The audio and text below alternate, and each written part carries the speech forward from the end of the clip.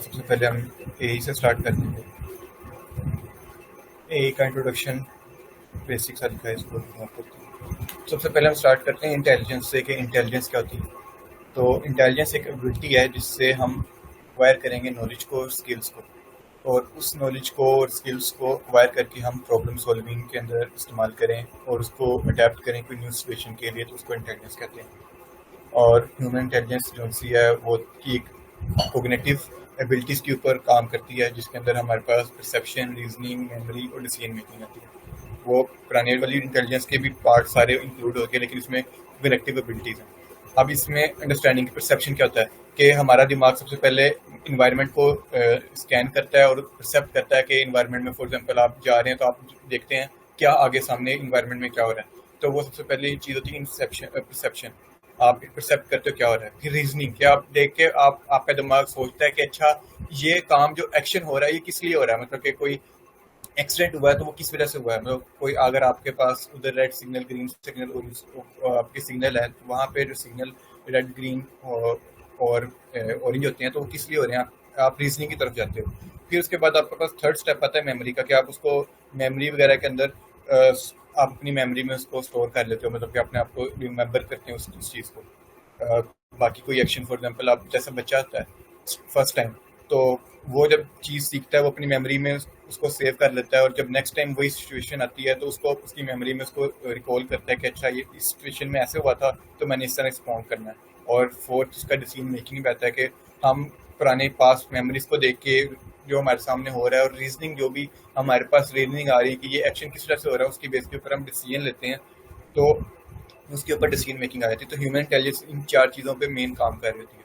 तो इसमें हमारे पास की ट्रेड्स क्या हैं कि हम लॉजिकल रीजनिंग की तरफ जाते हैं, हम लर्निंग जाते हैं एक्सपीरियंस की तरफ से, कि हम जो फर्स्ट टाइम हमारे पास हमें कुछ नहीं पता होता किसी भी चीज़ करने का, तो हम एक्सपीरियंस करते हैं उसको और उस एक्सपीरियंस से लर्न करते हैं। परसेप्शन है और अडेप्शन टू इन्वायरमेंट, के आप फॉर एग्जांपल के एक आदमी या कोई जो गांव में रहता है उसका इन्वायरमेंट अलग था, वो गांव से शहर में आ गया तो उसको उसके लिए इन्वायरमेंट चेंज हो गया। तो वो इन्वायरमेंट जब चेंज हुआ तो वो उस इन्वायरमेंट को एक्सेप्ट करेगा, उसको अडेप्ट करने की कोशिश करेगा, कि ये ह्यूमन की एक्सटेंट में है, एबिलिटी में है कि वो इसका नाम क्या परसेप्ट करता है, अडेप्ट करता है। और फिर हमारे पास एग्जांपल्स क्या हैं, प्रॉब्लम सॉल्विंग है, डिसीजन मेकिंग, डेली लाइफ भी हमारे पास इसमें आ जाता है। तो इंटेलिजेंस बेसिकली ये है। और हम आर्टिफिशियल इंटेलिजेंस किसे कहते हैं? आर्टिफिशियल इंटेलिजेंस सेम वही चीज़, लेकिन वो हम ह्यूमन की जगह मशीन से करवाएं तो आर्टिफिशियल इंटेलिजेंस है। डेफिनेशन की तरफ आते हैं कि field of computer science that aims to create intelligent system that can perform task and typical require human intelligence.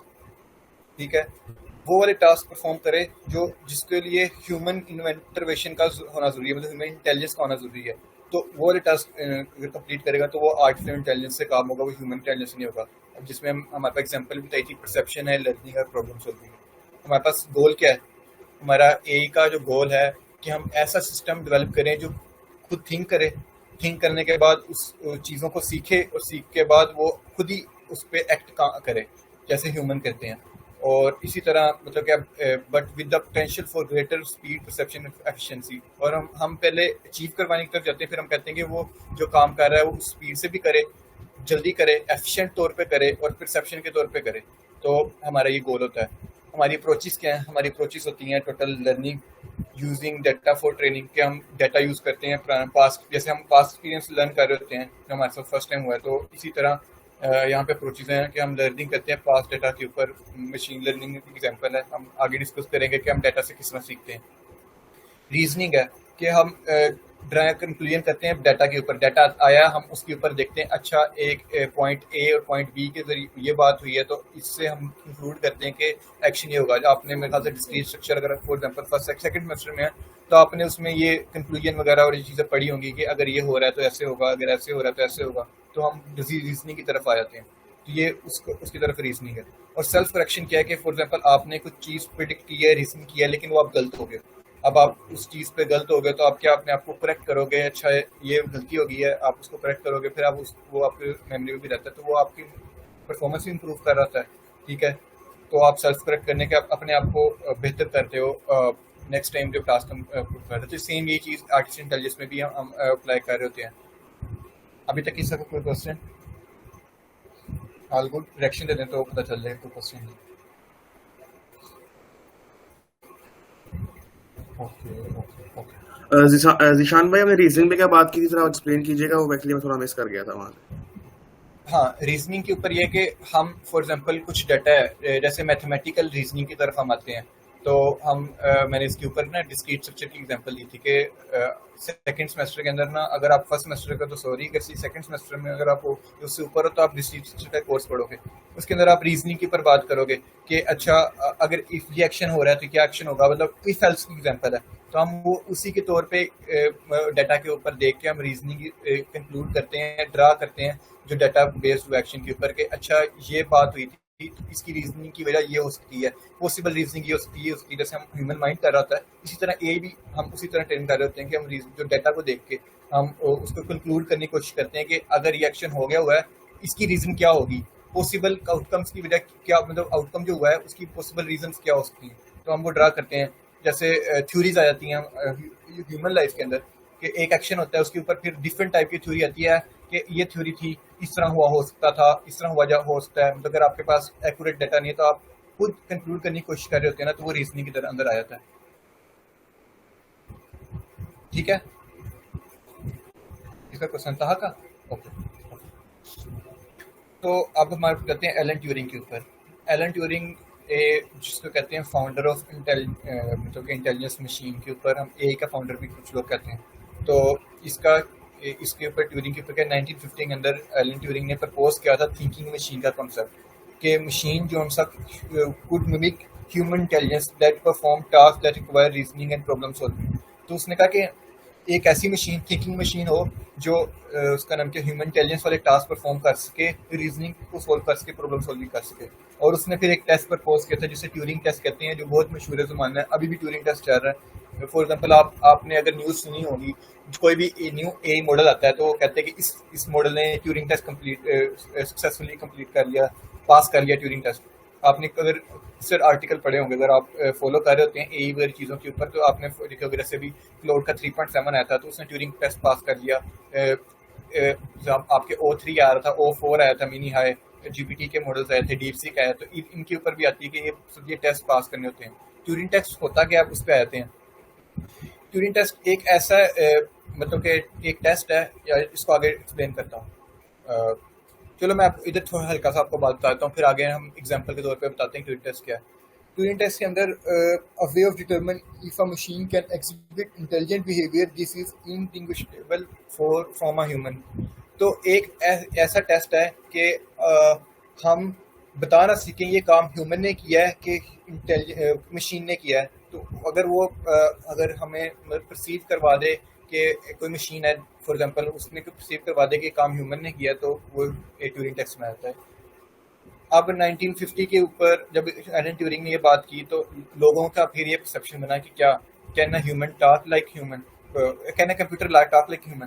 तो ये बात थी तब। अब तो आपको सामने पता है, अभी कुछ 15 साल पहले की बात है, 10-15 साल पहले की बात, तभी भी ये बात कॉमन थी कि क्या कंप्यूटर्स वाकई ह्यूमन तरह बात कर सके। अब ऐसे ही मॉडल्स आ गए हैं कि आपको पता भी नहीं चल रहा था कि ह्यूमन ह्यूमन वॉइस है कि एजेंट वॉइस है।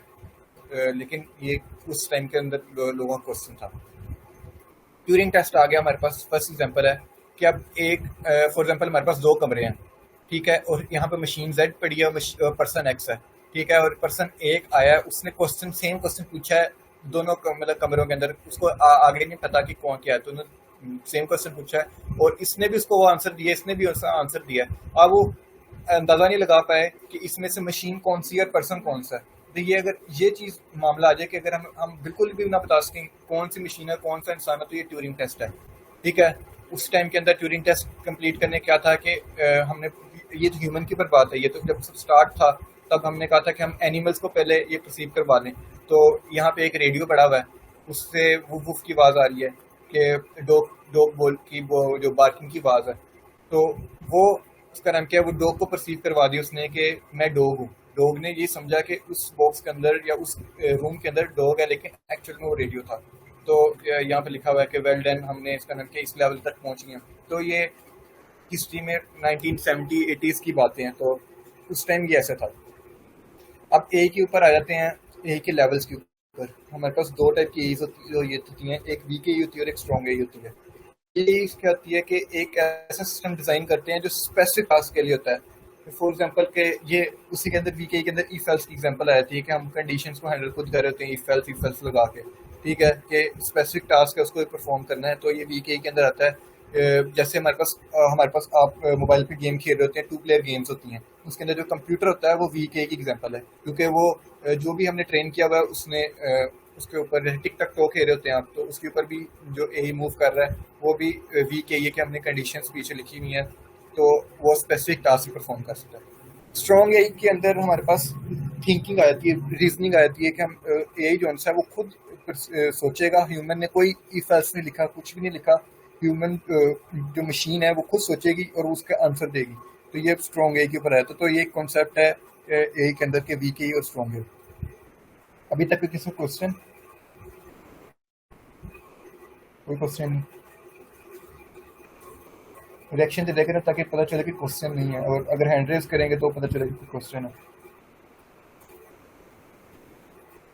ओके, हमारे पास ए के अंदर एजेंट्स आ जाते हैं। अब एजेंट्स क्या होते हैं कि हम किसी भी मशीन को जो हम सिस्टम डिज़ाइन कर रहे हैं उसको एक एजेंट कहते हैं, एक रोबोट है उसको हम एजेंट कहते हैं। तो एजेंट्स के अंदर हमारे पास 5 चीज़ें आती हैं। सबसे पहला इन्वायरमेंट, कि वो एजेंट किस इन्वायरमेंट में रह रहा है, वो जो जिस इन्वायरमेंट उसका जो इन्वायरमेंट है वो उसका नाम क्या इसके अंदर आ जाता है। परसेप्टर्स, ये एक ना आप उसको कहते हैं कि सेंसर्स टाइप के होते हैं जो परसेप्ट कर रहे होते हैं इन्वायरमेंट को। फॉर एग्जांपल कैमरास को कह सकते हैं। अगर के फॉर एक रोबोट है उसके लिए जो कैमरा के वो इन्वायरमेंट को देख सके, चीज़ें इन्वायरमेंट से गेट कर सके, वो परसेप्टर का काम होता है। ये कैमरा हो सकता है, आपकी वॉइस के जरिए से आपने करना है, स्पीकर माइक हो सकता है जो वो आपका इन्वायरमेंट से परसेप्ट करेगा। सेंसर्स होते हैं हमारे पास, फॉर एग्जांपल कैमरा वगैरह के अंदर ही आती हैं, परसेप्टर के तौर पे भी काम करते हैं, और ये एक्चुएटर्स के अंदर भी काम कर रहे होते हैं। ये हमारे पास कैप्चर करना होता है इन्वायरमेंट के लिए। वो एक्चुएटर्स होते हैं कि आपने फॉर एग्जांपल परसीव कर लिया है, कैमरा ने परसीव कर लिया, उसके बाद जो एक्शन परफॉर्म करना है वो एक्चुएटर्स का काम है। तो इसके अंदर क्या मशीन्स लगी, एक रोबोट की एग्जांपल है तो मोटर्स है, और इसके अंदर जॉइंट्स हैं जो चीज़ काम कर रहे होते हैं, तो एक्चुएटर्स काम करते हैं। और जो सेंटर में मेन चीज़ है कि आपने इन्वायरमेंट है आपके पास, आपने उसको परसेप्ट किया, परसेप्ट के बाद जो भी डाटा आया आपने वो मशीन ब्रेन के पास गया, मशीन ब्रेन के पास जाके वो उसकी प्रोसेसिंग करेगा, और प्रोसेसिंग करने के बाद वो कुछ रिजल्ट करेगा। कि फॉर एग्जांपल आपका रोबोट है, आपने उसको कहा फेच द बोतल, आप सामने टेबल पे एक बोतल पड़ी है और आपने कमांड दी कि फेच द बोतल, कि आप बोतल को पकड़ ले वो रोबोट। तो सबसे पहले उसने देखा इन्वायरमेंट में उसके पास क्या है कि इन्वायरमेंट में एक टेबल पड़ा है, टेबल के ऊपर एक बोतल पड़ी हुई है, ठीक है। तो उस और भी चीज़ें होंगी, लेकिन जो मेन चीज़ मतलब कि जिसके सामने वो खड़ा है, परसेप्टर उसने परसीव करेगा कि अच्छा टेबल है मेरे पास, उसके ऊपर बोतल पड़ी हुई है, ठीक है, सेंसर्स के जरिए, थ्रू कैमरास के जरिए। उसके बाद अब ह्यूमन ब्रेन के पास है, उसके पास कमांड की है फेच द बोतल। वो सबसे पहले ह्यूमन ब्रेन कर रहा है, मशीन ब्रेन पहले वो डिटेक्ट करेगा बोतल को, पहले कमांड को इंटरप्रेट करेगा कि कमांड क्या है, फेच द बोतल, हमारे पास बोतल फेच करनी है।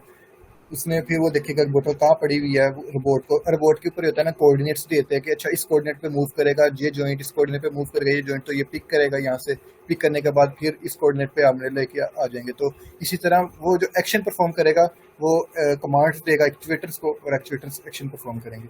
तो मेन ये बेसिक कॉन्सेप्ट है एजेंट्स का। टाइप ऑफ एजेंट्स आ जाते हैं, डायरेक्टली टू द एनवायरनमेंट, मतलब बेसिक रिफ्लेक्स एजेंट है, ये वीक एजेंट टाइप के होते हैं। फॉर एग्जांपल रिफ्लेक्स एजेंट की एग्जांपल है थर्मोस्टेट, एसी, ये रिफ्लेक्स एजेंट है कि ये क्या कर रहे हैं कि ये चेक कर रहे हैं इन्वायरमेंट को। फॉर एग्जांपल हमने कमांड दी हुई है कि अगर टेम्परेचर 20 से ड्रॉप हो गया तो आपने थर्मोस्टेट को इंक्रीज कर दे, टेम्परेचर इसको 24 पे मेंटेन रखना है। तो थर्मोस्टेट क्या, जब 20 से ड्रॉप हो जाएगा थर्मोस्टेट ऑन हो जाएगा, तो ये एक रिफ्लेक्स एजेंट होगा। ऐसे ही एसी की एग्जांपल है, तो ये भी एक रिफ्लेक्स एजेंट है। मॉडल बेस एजेंट क्या है, इसके अंदर हमारे पास हम यूज़ नॉलेज करते हैं वर्ड की। तो इसमें हम असल में जो मैंने आपको एग्जांपल बताई थी कि मॉडल कोई हमारे पास ह्यूमन ब्रेन जो मशीन ब्रेन यूज़ करते हैं, उसको मॉडल के ऊपर, और वो मॉडल बेस एजेंट होता है स्टार्ट में। तो ये बेसिक लेवल का एजेंट है जिसके अंदर हम कोई मॉडल ट्रेन किया होता है और उसके ऊपर ये उसको जो नॉलेज है वर्ड की उसके ऊपर डिसीजन कर रहा होता है। उसके बाद हमारे पास गोल बेस एजेंट हो जाते हैं। ये मॉडल बेस एजेंट ही होते हैं, लेकिन इनके ऊपर हम स्पेसिफिक कर देते हैं गोल्स को कि आपने ये गोल्स अचीव करने हैं, टू अचीव स्पेसिफिक ऑब्जेक्टिव्स, कि आपने स्पेसिफिक ऑब्जेक्टिव्स अचीव करने हैं। तो अब जब भी वो कोई भी काम करेगा उसके माइंड में ऑब्जेक्टिव्स होंगे कि मैं जो भी काम करूंगा वो मेरे ऑब्जेक्टिव्स की तरफ लेके जा रहा होगा। ठीक है, तो ये गोल बेस एजेंट आ जाता है। उसके बाद आता है यूटिलिटी बेस एजेंट। तो यूटिलिटी बेस्ड एजेंट क्या है, आपने काम भी करना है। फॉर एग्जांपल जो मॉडल बेस्ड एजेंट था वो ह्यूमन से वर्ड से ह्यूमन से रिसीव कर रहा था, डाटा ले रहा था और कोई अपना एक्शन परफॉर्म का काम कर रहा था। उसने फिर अपना गोल भी अचीव करना है, और उसके बाद गोल अचीव करने के बाद अब यूटिलिटी बेस के ऊपर आता है कि हमने किसी तरह हम अपने आउटकम्स को बेहतर कर सकते हैं, ऑप्टिमाइज कर सकते हैं। कि फॉर एग्जांपल गोल पर पहुंचने के दो रास्ते हैं, एक रास्ता 5 किलोमीटर दूर है, एक रास्ता 1 किलोमीटर दूर है। ऑप्टिमाइज वे क्या है कि हम 1 किलोमीटर वाले वे पे जाएं। तो हमने वो उसको भी देखना है कि जब भी हम एक्शन परफॉर्म कर रहे हैं कि वो हमारा ऑप्टिमाइज है कि नहीं। तो यूटिलिटी बेस उसके ऊपर रहता है। और लास्ट में आता है लर्निंग एजेंट। लर्निंग एजेंट क्या है कि कंटिन्यूस लर्निंग कर रहा होता है। तो इसमें लर्निंग बेस एजेंट के अंदर कि आपने फॉर एग्जांपल ये मैं आपको एग्जांपल बताऊँ टाइप्स एजेंट्स की किस तरह मूव करती हैं। सबसे पहले रिफ्लेक्स एजेंट बना था, रिफ्लेक्स एजेंट को बेहतर करके मॉडल एजेंट बेस एजेंट कर दिया, उसको बेहतर गोल बेस कर दिया, यूटिलिटी बेस कर दिया, और फिर लर्निंग बेस। ये ऑटोनोमस कार्स हैं। ऑटोनोमस कार्स जिसकी आप फॉर एग्जांपल हमारे पास ऑटोनोमस कार चल रही होती है, वो एनवायरनमेंट से लर्न कर रही होती हैं, कंटिन्यूस इंप्रूवमेंट कर रही होती हैं। क्योंकि ह्यूमन एक्शन अगर ये हुआ तो हमने किस तरह उसको परसीव करना है और उसके बाद हमने एक्ट करना है। तो ये लर्निंग बेस एजेंट आ रहा है। तो वो वर्ड से सीखते रहते हैं।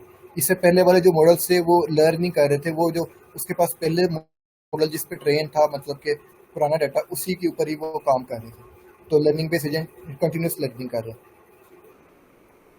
हमारे पास अब रूल बेस्ड सिस्टम्स आ जाते हैं, मशीन लर्निंग आती है। Rule based system traditional systems हैं जो हम लॉजिक लिखते हैं, प्रोग्राम में रूल्स लिख देते हैं, जिसके अंदर हम ना इफ एल्स कंडीशंस वगैरह लिखे होते हैं। हम स्पेसिफिक रूल्स डिफाइन किए होते हैं कोड के अंदर कि हमने ये रूल्स डिफाइन किए हैं, इसके मुताबिक आपने काम करना है। जो वीके के अंदर मैंने बातें की थी वो सेम ये रूल बेस्ड सिस्टम्स हैं। उसके बाद आता है मशीन लर्निंग। इसमें ये कि हम मशीन को लर्न करवाते हैं किसी मॉडल डाटा के ऊपर। तो वो उसके ऊपर हम उसको लर्न करवाएंगे, उसके ऊपर वो हमें रिस्पॉन्स देगा। तो हमारे पास स्पेसिफिक रूल्स वगैरह डिफाइन नहीं होंगे, लेकिन जो हमारी इसकी लर्निंग होगी उसके ऊपर वो देगा विदाउट बीइंग एक्सप्लिसिटली प्रोग्राम। तो हमें इसको प्रोग्राम करने की जरूरत नहीं होती कि अगर ये हुआ तो ये करो, ये हुआ तो ये करो।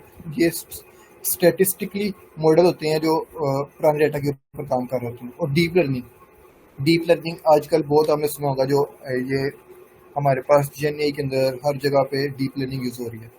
तो ये सबसेट ऑफ मशीन लर्निंग है। इसके अंदर हम क्या करते हैं, न्यूरल नेटवर्क्स बनाते हैं। न्यूरल नेटवर्क्स का कॉन्सेप्ट भी ह्यूमन ब्रेन से न्यूरॉन्स के जरिए।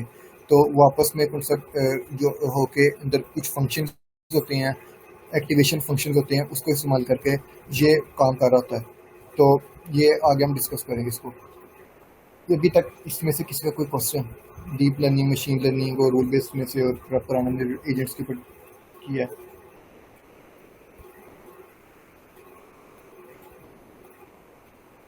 No question. स्लाइड खत्म होने वाली है, चलिए। उसके बाद हम मशीन लर्निंग वाली साइड पर आ जाते हैं। एक थोड़ा सा थ्योरेटिकल सा है, और उसके बाद फिर हम मशीन लर्निंग के ऊपर आ जाएंगे। वो थोड़ा सा स्पेसिफाई चीज़ों को स्पेसिफाई करना स्टार्ट कर देंगे और आइडिया देना स्टार्ट कर देंगे। एप्लीकेशंस आपको पता ही होगा एआई की एप्लीकेशंस कहाँ पे हैं। अब तो बहुत ज़्यादा कॉमन हो गई है। हेल्थ के अंदर यूज़ हो रहा है, डिजीज़ को डायग्नोस करने के लिए, डिस्कवर करने के लिए, ट्रीटमेंट प्लानिंग के लिए। मैं आपको बता सकता हूँ कहाँ कहाँ पे आप यूज़ कर सकते हो। आप इसको अब हमारे पास सिस्टम्स बने हैं, मशीन लर्निंग बेस्ड सिस्टम्स बने हैं। जो हमारा एमआरआई स्कैन आ रहा होता है, ह्यूमन का बॉडी एक्सरेज आ रहे होते हैं, उसको देखते हैं। उसके बाद फॉर एग्जांपल हम स्पेसिफिक एक चीज़ पे रहते हैं ट्यूमर डिटेक्शन के ऊपर, कि हमारे पास सिस्टम बना हुआ है, हमने एमआरआई किया और हमने देखा कि ब्रेन के अंदर ट्यूमर है कि नहीं ट्यूमर है। ठीक है, एक ये सिस्टम है। दूसरा सिस्टम ये कि हम वो ट्यूमर अगर डिटेक्ट हो गया उसके ऊपर हम डिटेक्ट करें कि ये कैंसरियस ट्यूमर है कि नहीं ट्यूमर है। तो हेल्थ केयर के अंदर बहुत वास्ट फील्ड है जिसके अंदर एआई यूज़ हो रही है अभी। ठीक है, और उसके बाद हमारे पास ट्रांसपोर्टेशन के अंदर autonomous car, self driving car, आपको पता होगा ये यूज़ हो रहे हैं। रोबोटिक्स के अंदर यूज़ हो रही है, रोबोट्स बन रहे हैं। हम डिफरेंट टाइप ऑफ रोबोट्स बन रहे हैं हमारे पास। आप इसमें कह सकते हो मोबाइल रोबोट बन रहे हैं के जो मूव कर सकते हैं, जो ह्यूमन लाइक रोबोट्स बन रहे हैं, जो मूव ह्यूमन तरह इनके मूव कर सकते हैं। जैसे अभी रिसेंटली 1 ईयर पहले बहुत ज़्यादा मशहूर हुआ था एक जो ह्यूमन एआई डॉग था, वो बहुत ज़्यादा मशहूर हुआ था, वो भी रोबोटिक्स के अंदर आता है। और स्मार्ट होम सिस्टम्स हैं, होम सिस्टम जो आप प्रिडिक्ट करते हैं, मेंटेन कर रहे होते हैं। तो लोगों ने आजकल ये हो रहा था कि आपका किचन जो सा है वो आपकी एक आपने मेरे साथ अगर फॉर एग्जांपल कोई शार्क टैंक देखता है तो उसके अंदर एक सी एग्जांपल थी स्मार्ट होम सिस्टम की, कि उसके अंदर उन्होंने डिटेक्ट किया था कि आपने अपने सिस्टम को बता देना, फीड कर देना कि हमारे पास ये चीज़ें हैं, तो आपको रेसिपीज बना के बताएगा आपको किचन के अंदर, और आपको बताएगा कि आप इससे ये चीज़ बना सकते हो जो आपकी डाइट बेहतर है, आपकी न्यूट्रिएंट के लिए बेहतर है। वो सारा कुछ स्मार्ट होम के अंदर आपके पास आपके जितने भी इलेक्ट्रॉनिक्स की चीज़ें हैं वो आप स्मार्टली यूज़ कर सकते हो। मतलब एआई बेस कि वो आप उसको डिफाइन कर देंगे, वो खुद ही देख लेगा कि अच्छा अब रोशनी कम हो रही है तो इधर की लाइट चला दें, ठीक है, अब टेम्परेचर कम हो रहा है तो ऑटोमेटिकली एयर कंडीशनर ऑन हो जाएगा। तो ये चीज़ें ह्यूमन रियल लाइफ में काम आ रही हैं, काम तो क्या ये यूज़ हो रही है ये यहाँ पे। फ्यूचर में क्या क्या चीज़ें हैं, अपॉर्चुनिटीज़ हैं। AI has potential drive to break through a field like scientific research, health care, education, improving life, social global change. यहाँ पे हमारे पास अपॉर्चुनिटीज़ हैं जो एआई के ऊपर। चैलेंजेस हमारे पास क्या हैं कि हमारे प्राइवेसी का चैलेंज है सबसे ज़्यादा, फिर बायस का चैलेंज है। बायस एआई के अंदर हमारे पास ना काम करने के लिए हम बायस यूज़ कर रहे होते हैं कोई भी काम करने के लिए। जब आप मशीन लर्निंग में डिटेल पढ़ेंगे तो आप समझेंगे बायस, तो अभी इस पे नहीं जाते हैं। And potential displacement of human job, हाँ तो ये कि आप ह्यूमन जॉब्स को भी रिप्लेस करने की इसके अंदर है। तो हमें अभी इसके ऊपर काम करना है, रेगुलेशन वगैरह का काम करना है कि हम जो एआई वो ऑल ओवर टेक ओवर ना कर दे ह्यूमंस को। तो लास्ट में हमारे पास कोलैबोरेशन है, successful development and deployment of AI with require close collaboration between researcher. तो ये कोलैबोरेट करना है हमें रिसर्चर्स को जो एआई के ऊपर रिसर्च कर रहे हैं, पॉलिसी मेकर्स को, जो हमारे मतलब के पॉलिटिशियंस होते हैं जो पॉलिसीज बना रहे होते हैं, वर्ल्ड के पॉलिसी मेकर्स होते हैं, उनको कि हम इसको एआई को यूज़ करके किस तरह बेनिफिशियल तौर पे यूज़ कर सकते हैं, किस तरह मैक्सिमम नंबर ऑफ मतलब के हम बेनिफिट हासिल कर सकते हैं इनसे। तो ये एआई था, बेसिक इसका इंट्रोडक्शन था एआई का। अभी तक किसी का कोई क्वेश्चन एआई में से तो पूछ सकते हैं, फिर हम मशीन लर्निंग की साइड पे चलते हैं। एनी क्वेश्चन, कोई भी एआई के रिलेटेड कुछ भी क्वेश्चन हो, इस स्लाइड से ना भी हो रिलेटेड कुछ भी क्वेश्चन अगर आपके माइंड में आए तो आप पूछ सकते हैं।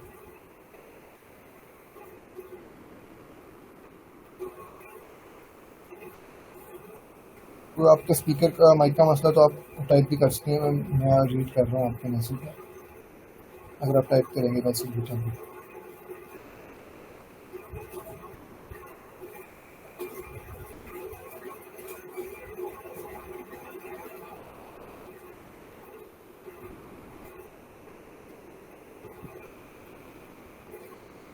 बोरिंग तो नहीं लग रहा किसी को? चलिए रिएक्शन तो दें। सही सही, मैं वही सोच रहा था कोई रिएक्शन नहीं आ रहा, कुछ भी नहीं आ रहा। ये ना इंटरनेट गया और मैं यहाँ पे घंटा सेशन दे दूँ बाद में, तो चलो मेरा इंटरनेट गया हुआ था, सेशन हुआ ही नहीं। चलो सही सही है। और हमारे पास सेंस लाइक अपन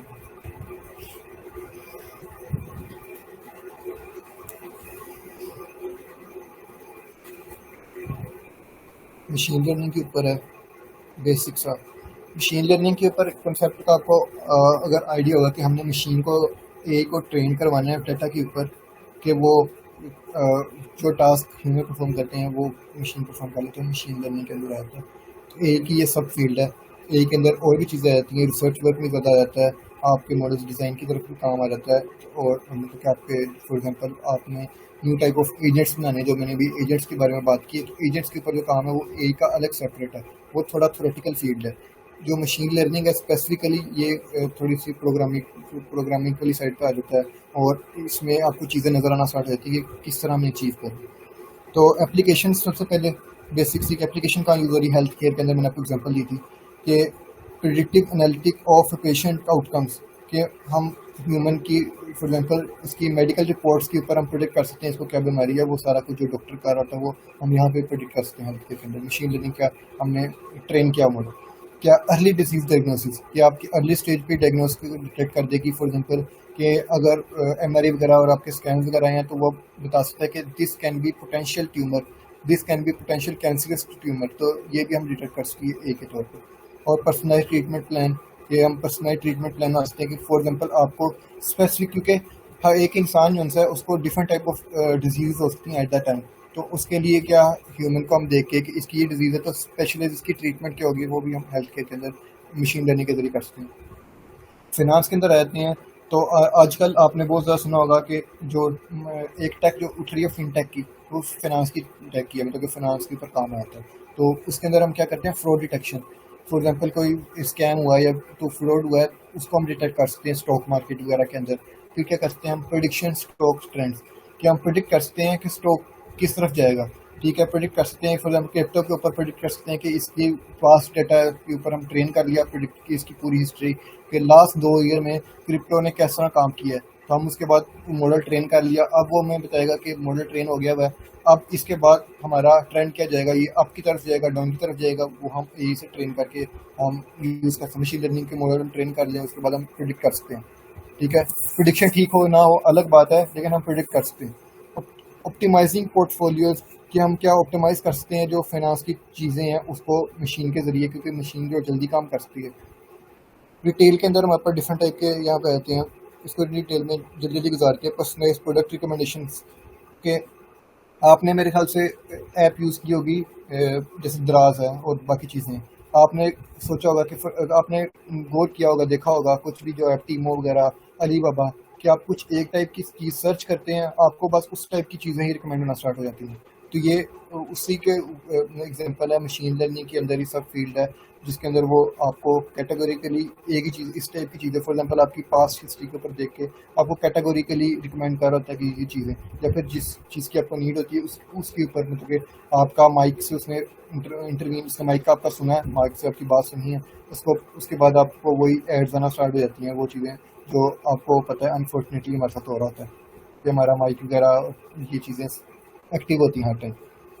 तो inventory management through demand forecasting, कि आपके इन्वेंट्री मैनेजमेंट करेंगे कि यही डिमांड बढ़ गई है तो अब इसकी सप्लाई ज़्यादा है, मतलब कि वो अब रिटेबल साइड पर चलेगी चीज़ें, तो हम उसके अंदर यूज़ कर सकते हैं। ट्रांसपोर्टेशन के अंदर हमने अभी डिस्कस किया था यही के अंदर कि हम ट्रांसपोर्टेशन क्या सेल्फ ड्राइविंग कार के ऊपर कर सकते हैं, ऑप्टिमाइजिंग डिलीवरिंग राउट्स के ऊपर कि हम ड्रोन्स के ऊपर काम, जैसे फॉर एग्जांपल चाइना के अंदर एग्जांपल दे रहा हूँ कि चाइना के अंदर ड्रोन्स अब डिलीवरी कर रहे हैं, तो हम ऑप्टिमाइज़ कर सकते हैं कि इस लोकेशन से इस लोकेशन पर पहुंचने के लिए ऑप्टिमाइज वे क्या है, ड्रोन्स हैं, कार्स हैं, किस तरह हम ईजिली पहुँच सकते हैं, तो उसकी तरफ आ जाता है। और जनरल एग्जांपल आपको बताया यूट्यूब की रिकमेंडेशन है और नेटफ्लिक्स की रिकमेंडेशन है कि जो इस टाइप का अपने कंटेंट देखा है उसकी बेस के ऊपर को रिकमेंड कर रहा है। गूगल सर्च इंजन है, गूगल सर्च इंजन भी मशीन लर्निंग के अंदर एग्जांपल में आता है, जो आप गूगल का सर्च कर रहे हैं उसके ऊपर। अलेक्सा सीरी वॉइस जो रिकग्निशन वाली चीज़ें हैं ये भी मशीन लर्निंग के अंदर आता है। चैट बोर्ड्स हैं, चैट जीपीटी का Meta, Gemini, cloud, deep seek, ये मशहूर चंद से हैं, ब्लैक बॉक्स और भी बहुत ज़्यादा हैं, तो इसके अंदर ये आ जाते हैं एप्लीकेशन मशीन लर्निंग की, मतलब कि बहुत बड़ी वास्ट फील्ड है। जो मेन चीज़ आपने जो लर्न करनी है यहाँ से, मशीन लर्निंग की 3 टाइप्स हैं ताकि आपको पता होना चाहिए, एक सुपरवाइज लर्निंग, एक अनसुपरवाइज लर्निंग, रीइंफोर्समेंट। जो आपको पता होना चाहिए कि इस मशीन लर्निंग की ये बहुत ज़्यादा कॉमन, आपको अभी फ़िलहाल अगर आपका अर्ली सेमेस्टर तो आपको इनके बारे में पता होना चाहिए मशीन लर्निंग के अंदर क्या, बाद में आप इसके अंदर डिटेल में जाएंगे और काम कैसे कर रहे हैं वो उसके अंदर जाएंगे, तो वो आप जैसे जैसे उसको डीप डिटेल में जाना चाहेंगे तो वो आप जा सकते हैं। तो बेसिकली नॉलेज आपको होना चाहिए यहाँ तक। फर्स्ट है सुपरवाइज लर्निंग, इसके अंदर ये कि हम मशीन को डाटा देते हैं, अब डाटा के अंदर हम उसको फॉर एग्जांपल के डाटा दिया हुआ है कि ये एक्स और वाई हमने दे दिया, उसकी बेस के ऊपर हमारे पास रिजल्ट जेड आया, ठीक है, तो हमने इसको आउटपुट भी दे दिया, हमने इसको इनपुट इसका रिजल्ट भी दे दिया, ठीक है। मशीन लर्निंग की तरह हम लेबल डाटा सेट देते हैं, लेबल डाटा सेट का मतलब ये है कि हमने डाटा दिया उसका हमने लेबल भी दे दिया कि इसमें की एग्जांपल देता हूँ कि हमारे पास पिक्चर्स की एग्जांपल दे देते हैं, ये पिक्चर्स हैं, उसके अंदर हमारे पास एक फोल्डर है जिसके अंदर 1000 पिक्चर्स हैं डॉग एंड कैट की, ठीक है, तो हम जो मशीन लर्निंग को डाटा देंगे तो हम उसके साथ देंगे कि ये कैट की पिक्चर है, ये डॉग की पिक्चर है, उसको मतलब कि डिफाइन करेंगे, लेबल्ड करेंगे मशीन को जब हम ट्रेन कर रहे हैं। तो वो मशीन जो सी है वो उनके लेवल के लिहाज से अपने आप को मतलब कि इसके ऊपर मशीन टेस्ट करेगी और देखेगी अच्छा इस तरह की चीज़ों के ऊपर ये कैट है, इस तरह की चीज़ों पर डॉग है। तो वो जब एक बार ट्रेन होगी आप फिर उसको इसका लेबल्ड चीज़ या अनलेबल्ड चीज़ आप दोगे, उससे पूछोगे कि इसका ये क्या आपको डॉग लग रहा है, कैट लग रहा है। तो इसका जो कंसेप्ट आया था पहले ट्रेनिंग का, उसके बाद टेस्टिंग का। तो ये चीज़ें हैं कि आप इसमें रिग्रेशन आ जाता है और हमारे पास क्लासिफिकेशन आ जाता है। दो चीज़ें सुपरवाइज लर्निंग के अंदर भी दो, मेरे ख्याल से आगे मैं बता रहा हूँ। हाँ बता दें, चलो बेसिक बेसिक बताते हैं फिर आगे डिटेल में चलेंगे। अनसुपरवाइज लर्निंग में क्या है कि हम जिस तरह सुपरवाइज लर्निंग में डाटा दे रहे हैं, पास डाटा दे रहे हैं, लेकिन हम इसमें लेबल डाटा नहीं देते। हम इसको नहीं बताते कि इसका लेबल क्या है, कैट है, डॉग है, लेबल डाटा नहीं देते। इसमें हम अनलेबल डाटा देते हैं।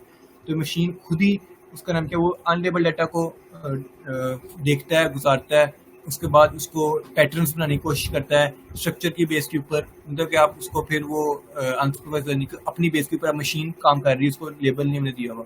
और रीइंफोर्समेंट लर्निंग क्या है, ये लर्निंग है कि आप मशीन लर्न कर रहा साथ साथ साथ साथ, इसमें गोल बेस्ड लर्निंग होती है कि आपने इस गोल पे पहुंचना है। तो हर स्टेप के बाद वो अपने आप को रिवैल्यूएट करता है कि ये मैंने स्टेप ठीक किया, ये मेरे गोल के तक पहुंच रहा है कि नहीं पहुंच रहा। ठीक है, अब इस स्टेप करने के बाद जो भी इसने एक्शन परफॉर्म किया, जो भी स्टेप इसने परफॉर्म किया, उसके बाद इससे क्या मिस्टेक्स हुई हैं और किस चीज़ को इम्प्रूवमेंट करने की जरूरत है, तो वो चीज़ को साथ साथ इम्प्रूव कर रहा होता है। ठीक है, तो ये हमारे पास 3 टाइप्स हैं सुपरवाइज लर्निंग के ऊपर। जो दो मेन कॉन्सेप्ट है, एक होता है रिग्रेशन और होता है क्लासिफिकेशन। रिग्रेशन हम यूज़ करते हैं प्रेडिक्ट करने के लिए, कि प्रेडिक्शन के लिए। रिग्रेशन बेसिकली प्रेडिक्शन के लिए यूज़ होता है। लीनियर रिग्रेशन आ जाता है अगर आप थर्ड कॉमर्स में, थर्ड सेमेस्टर में, तो आप स्टैट को कोर्स पढ़ोगे, उसके अंदर आप लीनियर रिग्रेशन का ना मैथमेटिकल कोर्स पढ़ोगे। इसमें क्या है कि हमारे पास इसी एग्जांपल दे सकते हैं हम। 2 एट्रीब्यूट्स हैं, एक हाउस है, एक हाउस के अंदर हम बताते हैं कि एक हाउस उसके रूम्स कितने हैं, 3 रूम्स हैं और उसकी लोकेशन क्या है। ठीक है, नंबर ऑफ रूम्स हमारे पास क्या डाटा हो गया, एक्स के अंदर डाटा आ गया कि नंबर ऑफ रूम्स कितने हैं उस घर के अंदर, और वाई के अंदर हमने क्या दी कि उसकी लोकेशन क्या है, और हमारे पास उसके बाद उसकी प्राइस है जेड, जेड उसकी प्राइस। तो हम ये एक डाटा सेट है जो हमारे पास है कि एक हाउसेस के 2 रूम है, उसकी लोकेशन डिफेंस है, तो उसकी प्राइस क्या होगी, उसकी प्राइस होगी 2 करोड़। ठीक है, एक उसका नाम क्या है, घर है जिसके 4 रूम्स हैं, उसकी लोकेशन है वाल्टन, तो उसकी प्राइस क्या होगी, उसकी प्राइस होगी 1 करोड़ 20 लाख। एग्जाम्पल रफली, मुझे नहीं अब स्टेट का पता क्या रेट चल रहे हैं, लेकिन एग्जाम्पल के तौर पे तो हम इस तरह का डाटा मशीन को देंगे, मशीन उसके ऊपर ट्रेन हो जाएगी। तो जितने भी पुराने डाटा सेट है उसके ऊपर ट्रेन होगी, उसके बाद हम उसको फिर अब एक टेस्टिंग डाटा देंगे कि अच्छा अगर एक घर जो है उसके अंदर 4 रूम्स हैं और उसकी पोजीशन डिफेंस, वो उसकी लोकेशन डिफेंस में है, तो उसकी क्या प्राइस होगी। तो अब ये मशीन हमें प्रिडिक्ट करके देगा कि इसकी प्राइस, प्रिडिक्शन प्राइस की ये होगी। तो ये बेसिक इसकी वर्किंग कैसे रिग्रेशन काम करता है।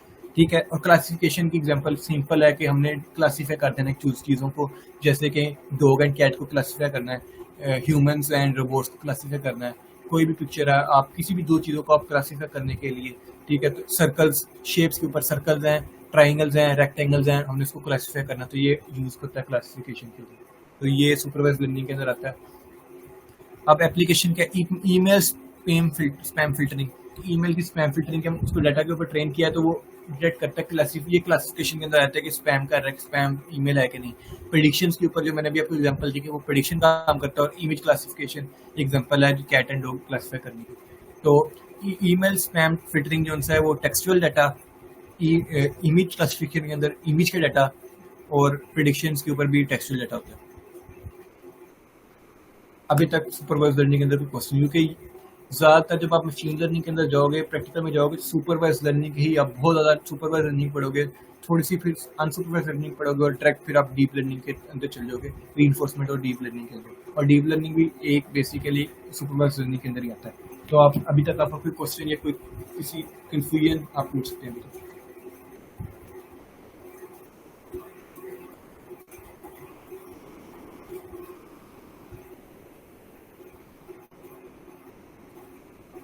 कोई रिएक्शन?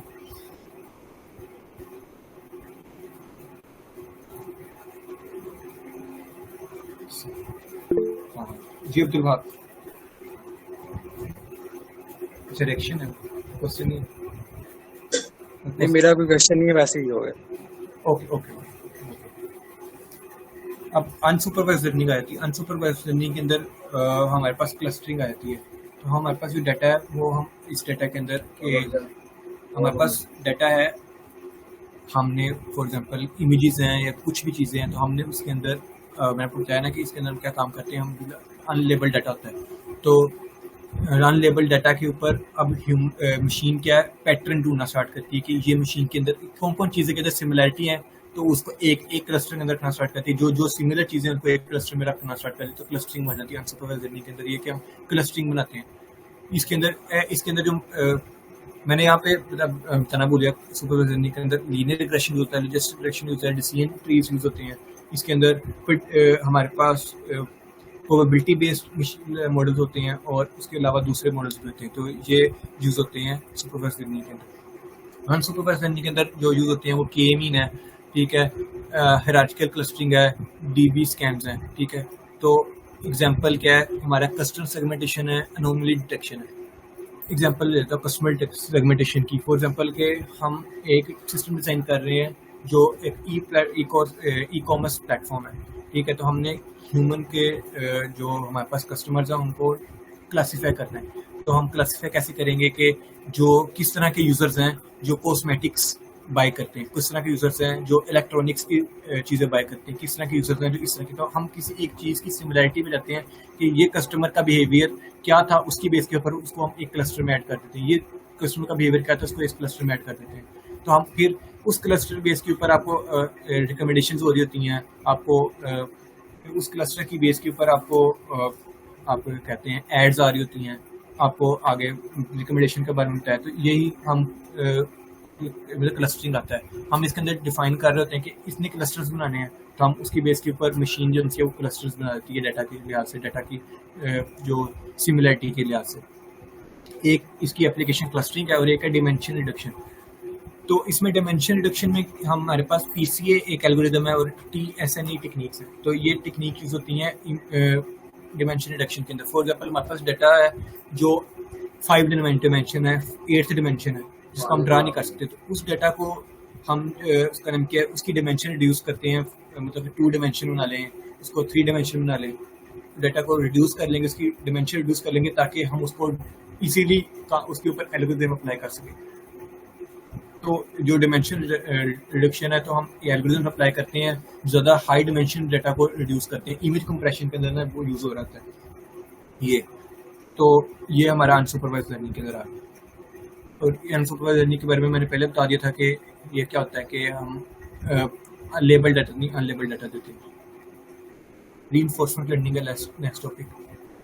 इसमें हमारे पास एजेंट्स आते हैं, रिवार्ड्स हैं, प्रॉपर्टीज है। Autonomous entities that interact with the environment. तो एनवायरनमेंट के साथ इंटरेक्ट कर रहा होता है एजेंट्स। और हमारे पास रिवार्ड्स होते हैं, फीडबैक रिसीव्ड बाय एजेंट्स और परफॉर्मिंग एक्शंस। और लास्ट में पॉलिसीज हमने कुछ डिफाइन की होती हैं कि अगर ये स्ट्रेटजीज हैं उसके बाद हम मैक्सिमाइज करते हैं रिवार्ड को। रीइंफोर्समेंट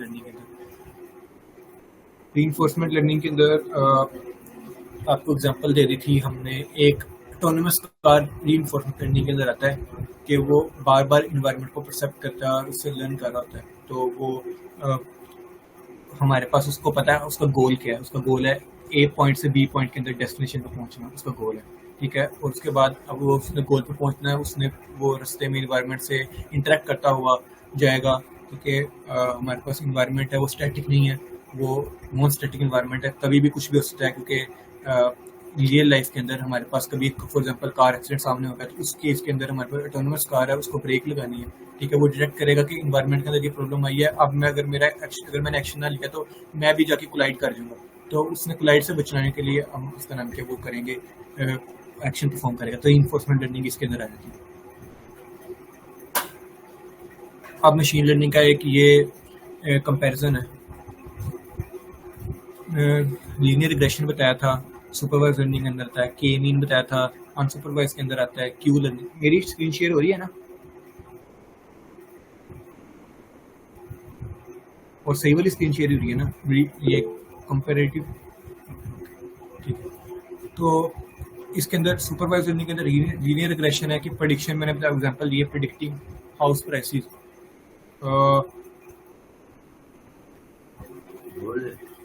ठीक,